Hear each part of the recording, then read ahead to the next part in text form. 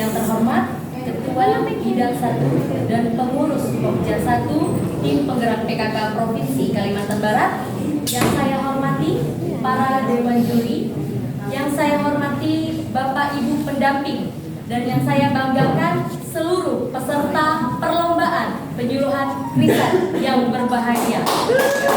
Assalamualaikum warahmatullahi wabarakatuh. Selamat siang, salam damai sejahtera untuk kita semua. Shalom, Om Swastiastu, Nama Budaya, Salam Kebajikan. Adil Katalino, Bacuramin Kasaroga, Basengat Kak Jubata. Sasaran penyuluhan saya adalah kepada remaja. Selamat siang adik-adik semua. Siang. Kayaknya kurang semangat, sudah mengantuk ya? Iya. Selamat siang adik-adik semua. Siang. Biar lebih semangat, ketika saya bilang selamat siang, adik-adik menjawabnya siang, siang, siang, luar biasa. Boleh? Boleh. Oke, kita mulai ya. Selamat siang adik-adik semua. Siang, siang, siang, luar biasa. Baik, terima kasih. Ada pepatah mengatakan, tak kenal maka tak sayang. Untuk itu, izinkan saya perkenalkan diri. Nama saya Saptika Margareta Mandagi. Kalian bisa panggil saya biar lebih akrab. Panggil kakak, kakak panggil adik, adik panggil kakak. Baik, sebelum saya mulai, saya akan mengantarkan dengan satu buah pantun. Mau dibantu untuk jawab? Pantunnya bunyinya seperti ini. Bukan lohan sembarang lohan. Cakep. Lohan yang ini sangatlah panjang. Cakep. Bukan penyuluhan sembarang penyuluhan. Penyuluhan kali ini langsung disampaikan dari kader tim penggerak PKK Kabupaten Ketapang. Hadir pada hari ini. Baik adik-adik, sebelum saya mulai, saya ingin bertanya, ada yang tahu apa itu narkoba? Belum. Oh, jenis-jenis narkoba terbaru? Belum juga. Oke, mari kita bahas bersama-sama. Senang sekali dan bersyukur sekali rasanya saya bisa bertemu dengan remaja-remaja yang sangat luar biasa hebat. Mari pada hari ini kita sama-sama perdalam lagi bahaya tentang narkoba. Tujuannya apa? Tujuannya agar adik-adik bisa terbebas dari bahaya narkoba, jadi bisa hidup sehat, menjadi generasi emas, dan menjadi harapan bangsa. Nah, adik-adik yang luar biasa, penyalahgunaan narkoba merupakan ancaman yang serius bagi generasi muda dan keluarga Indonesia. Tidak hanya merusak kesehatan, tetapi juga bisa menghancurkan masa depan. Nah, penyalahgunaan narkoba sudah bukan menyasar lagi kepada orang dewasa, tetapi sudah menyasar kepada remaja, bahkan anak-anak. Nah, berdasarkan data BNN Republik Indonesia pada tahun 2024 sudah terdapat sebanyak 296 juta jiwa, naik sebanyak 12 juta jiwa pengguna dari tahun sebelumnya. Sementara di tempat kita, di Provinsi Kalimantan Barat, terdapat sebanyak 16.700 pecandu. Itu artinya dengan data yang saya sampaikan berarti narkoba sudah sangat luar biasa. Nah, itu mari kita sama-sama perdalam lagi bahaya tentang narkoba. Yang pertama yang akan kita bahas yaitu apa itu narkoba. Narkoba merupakan singkatan dari narkotika, psikotropika, dan zat adiktif lainnya.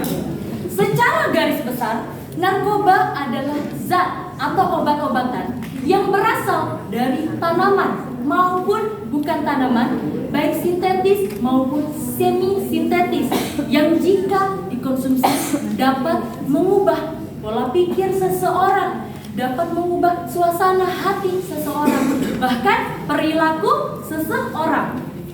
Tapi di lingkup kedokteran, obat-obatan tersebut digunakan sebagai media pengobatan. Pertanyaannya, loh kok berbahaya kalau memang digunakan sebagai media pengobatan?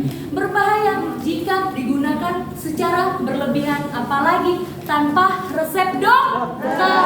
Nah, sudah tahu ya pengertiannya. Sekali kita masuk ke jenis-jenis narkoba. Di sini adik-adik bisa lihat. Yang pertama ada ganja. Ganja merupakan tanaman yang pada zaman dahulu, pada zaman kuno, digunakan orang-orang dahulu sebagai pengobatan.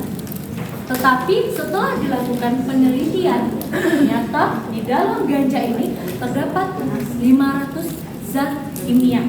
Maka dari itu, sekarang tidak boleh lagi digunakan secara sembarangan. Terus yang kedua, ada sabu-sabu. Sabu-sabu ini juga paling banyak sekali digunakan di kalangan para remaja. Apa efeknya jika digunakan? Efeknya setelah digunakan ya bisa menjadi halusinasi, hilangnya kesadaran, bahkan menjadi depresi.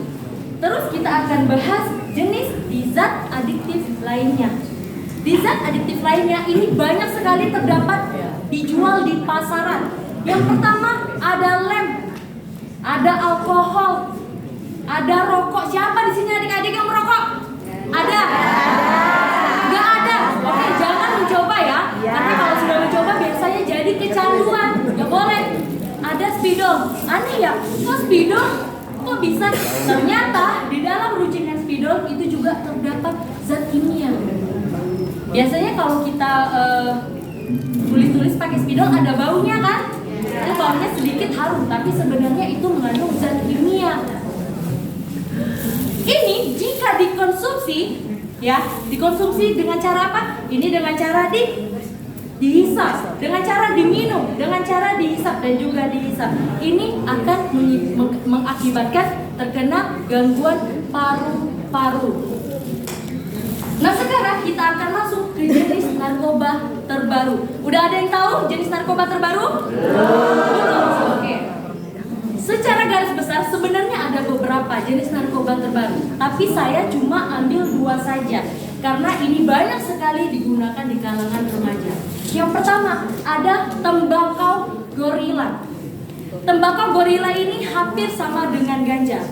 Efek ke pemakainya apa? Ketika 2-3 kali dihisap, efeknya pemakainya akan seperti melayang sampai hilang kesadaran.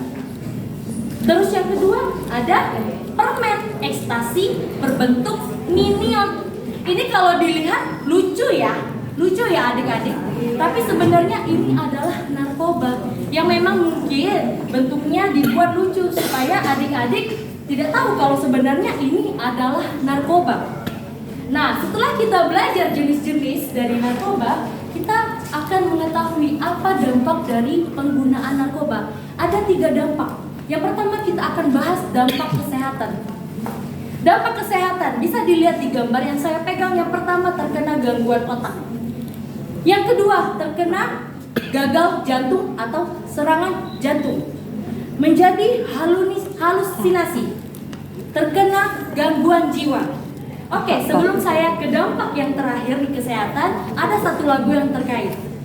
Linting daun, suntik tangan, hirup asap, obat ditelan, bikin telan, melihat bintang. Kalau overdosis apa?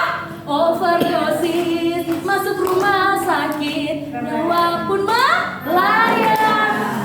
Adik-adik mau umur masih muda tapi nyawanya melayang? Gak mau ya? Maka dari itu jangan mencoba-coba untuk menggunakan narkoba. Oke, selanjutnya kita akan bahas dampak sosial. Dampak sosialnya apa? Yang pertama, sebelum adik-adik menggunakan prestasinya bagus, tapi setelah menggunakan prestasinya menurun. Apa yang disampaikan Bapak Ibu guru tidak bisa terserap oleh otak. Yang kedua, dijauhin keluarga, sering berantem sama mama, sama papa, ya kan? Terus yang ketiga dijauhin temen, gak ada temen yang mau berteman sama orang yang memakai narkoba, gak ada. Yang terakhir, terlibat tindak kriminal atau tindak kejahatan.